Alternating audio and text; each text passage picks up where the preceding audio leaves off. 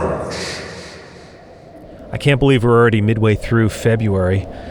Granted, it is the shortest month of the year, but it just never ceases to amaze me how quickly time goes by. You know, one minute we're celebrating New Year's, and now here we are already approaching Valentine's Day, and of course tomorrow being Friday the 13th. And maybe some of you are listening to the show that are standing online for the midnight showing of Friday the 13th. As we all know, tomorrow being the 13th, of course, no coincidence that the Friday the 13th remake is coming out.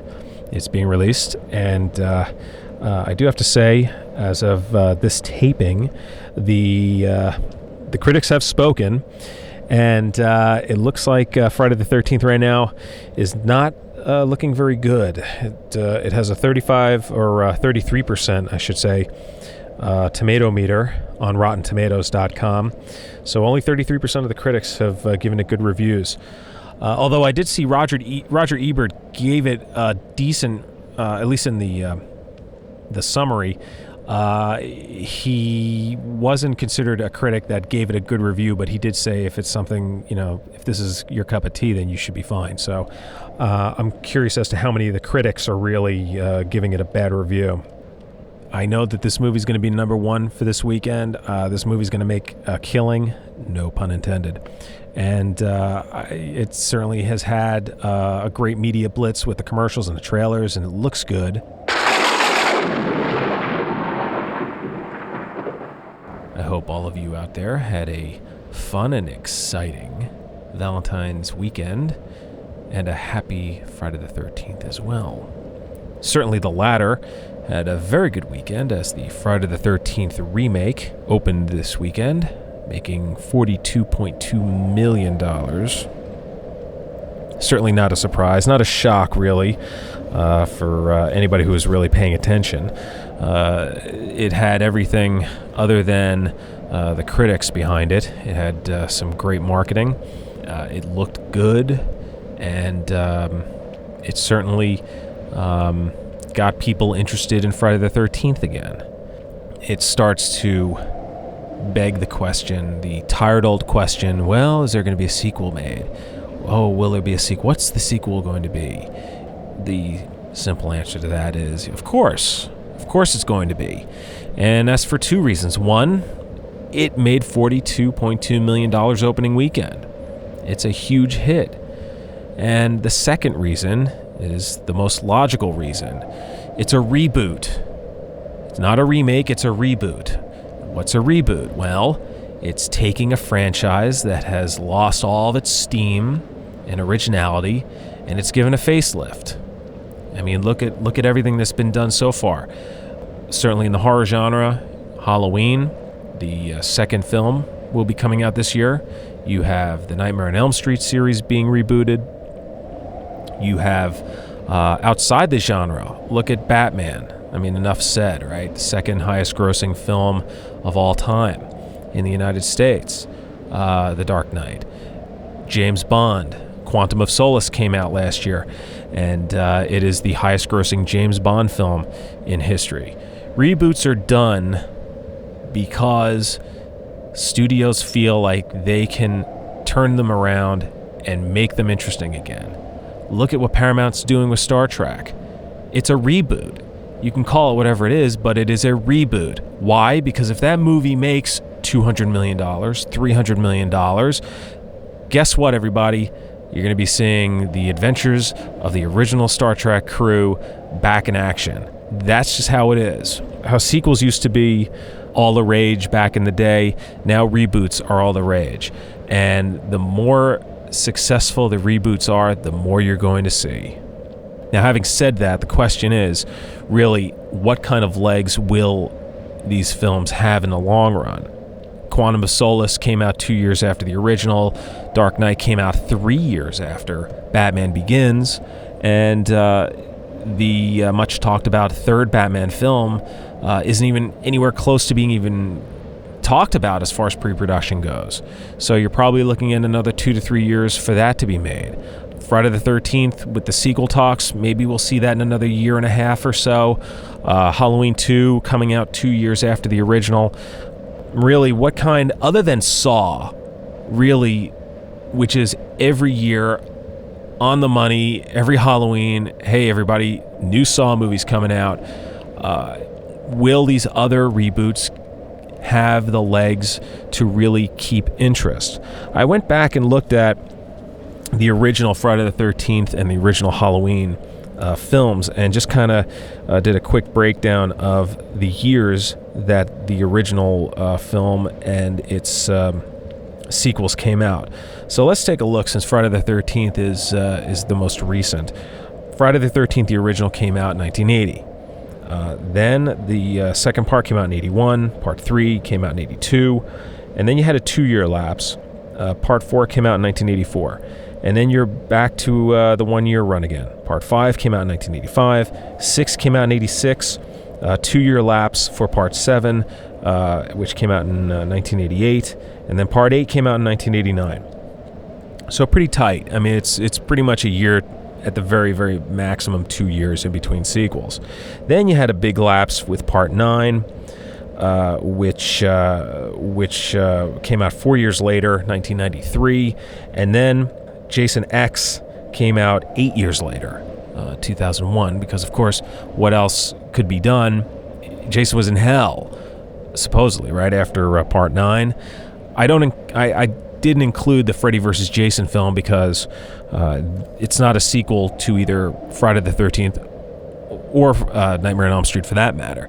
So if you want, you could split that movie down the middle and give half to Nightmare on Elm Street and give the other half to Friday the 13th. So you can kind of do like a Fellini. He did 8.5. Well, Friday the 13th has 10.5 movies, and Nightmare on Elm Street has I can't even remember right now. Help me out there. 6, 7, 7.5, I think. Anyway. Bad host. You should know these things. Now let's talk about Halloween. Halloween, the original, came out in 78, and then it had a really big lapse. It had 3 years before Part 2 came out. Because who could forget Jamie Lee Curtis with that bad wig that she wore in that movie? And then Part 3 came out in 82, which subsequently almost destroyed what was left of the Halloween series. Then Michael Myers reared his ugly head in Part 4, which came out 6 years later. And then 4 and 5. 5 came out in 89. And then again, another lapse, 6 years for Part 6. And then H2O came out 3 years after that. So Part 6 came out in 95. H2O came out in 98. And then Resurrection came out in 02. So, but again, you notice the trend here. The more interesting sequels, at least in the Friday the 13th situation, came out a lot shorter, a lot quicker. And as the series kind of faded away, you notice the lapse here between Part 7, 8, 9, and 10. And sort of the same thing with Halloween. I mean, I understand they were trying something different. John Carpenter had different ideas for doing the Halloween sequels originally. And Michael Myers was killed off in Part 2. But then again, when 4 and 5 and 6, well, 4 and 5 at least, a 1 year gap. So my point is, if these reboots take 2 to 3 years in between, regardless of genre, I don't know if they're really going to keep the interest of audiences, especially, again, the later they get in the series, because it starts to lose steam. So we shall see. It's definitely going to be a trend right now. And again, as the reboots become more successful, the more of them we will see. Let's talk a little news. Friday the 13th had a major, and I do mean major, drop-off this week in its box office receipts. If you may not have seen or heard, it came in 6th this week, and it's only its second week out in theaters. It grossed just under $8 million, bringing its total to about $55 million for the year. My friends, that's an 80% drop-off from the previous week. 80%. 80. That is unbelievable. And to be quite honest, I'm shocked. And from what I can tell from other horror sites, I'm not the only one. It's amazing. It's second week, and it's in sixth place. It dropped 5 spots from being number 1. It by far took the biggest drop of the weekend. It dropped 5. Only Confessions of a Shopaholic dropped. That dropped 4 spots, as well as Slumdog Millionaire, which actually gained 4 spots. Went from 9 to 5. So I don't know what to say. I don't know what this means. But what I do know is that it probably wasn't a very good day on Monday to be in the office of Paramount or New Line. I'm sure they were shocked. You expect a decline, obviously, in the second week of an opening, especially for a film like this that had a very large opening, especially for a horror movie. But to fall 80%, that is amazing. I'm really shocked.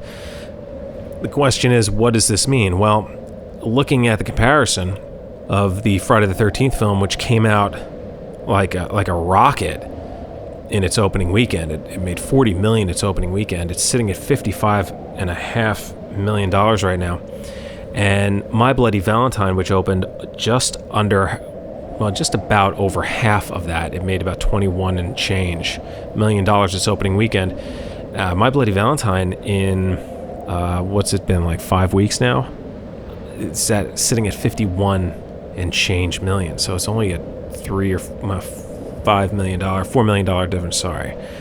Having said that, which would you rather be? Would you rather be slow and steady, or right out of the gate fast and then have a major drop? I certainly don't think this is going to affect Friday the 13th, whether or not it's going to have a sequel done or not. I mean, that's certainly not the case, and I'm sure that they've really made their money back at this point. But that is just staggering to me. Well, if there's something that we have learned over the last few weeks, is that if there is a way to destroy that seemingly indestructible monster, just don't go to the movies. What am I talking about? Well, I think you know what I'm talking about. Friday the 13th is, I believe, officially dead in the movie theaters right now. It is no longer in the top 10. It made $3.7 million this weekend. It came in 11th place last weekend. So it officially took 2 weeks to go from number 1 to number 11. The movie is made somewhere in the $60 million range. And, of course, ironically enough, this week was announced that there will be a sequel to Friday the 13th. I can't explain it. It is now dropped 50% versus last week's box office, which it made a little over 8. And, of course, as you heard last week's podcast, last week was an 80% drop-off. So this movie came out with a lot of hype and I think a lot of promise, and after the first weekend, it fell off a cliff. I can't explain it other than the fact that either people just don't care or they just didn't like the movie. But either way, I don't know how to explain a movie that opens making over $40 million one weekend to dropping all the way down to 8 the following weekend. There has to be some sort of repeat business. So I will say this, though. I seriously doubt that we can call this a failure. At $60 million plus and probably another week or two out in the theaters and then DVD and cable, I mean, this is going to make just a ton of money. Not even including what it's making overseas. But I would be a little concerned as to why there was such a drop-off. And maybe they can somehow correct that for the next movie, if it indeed is the fact that people just did not like this movie. I don't know.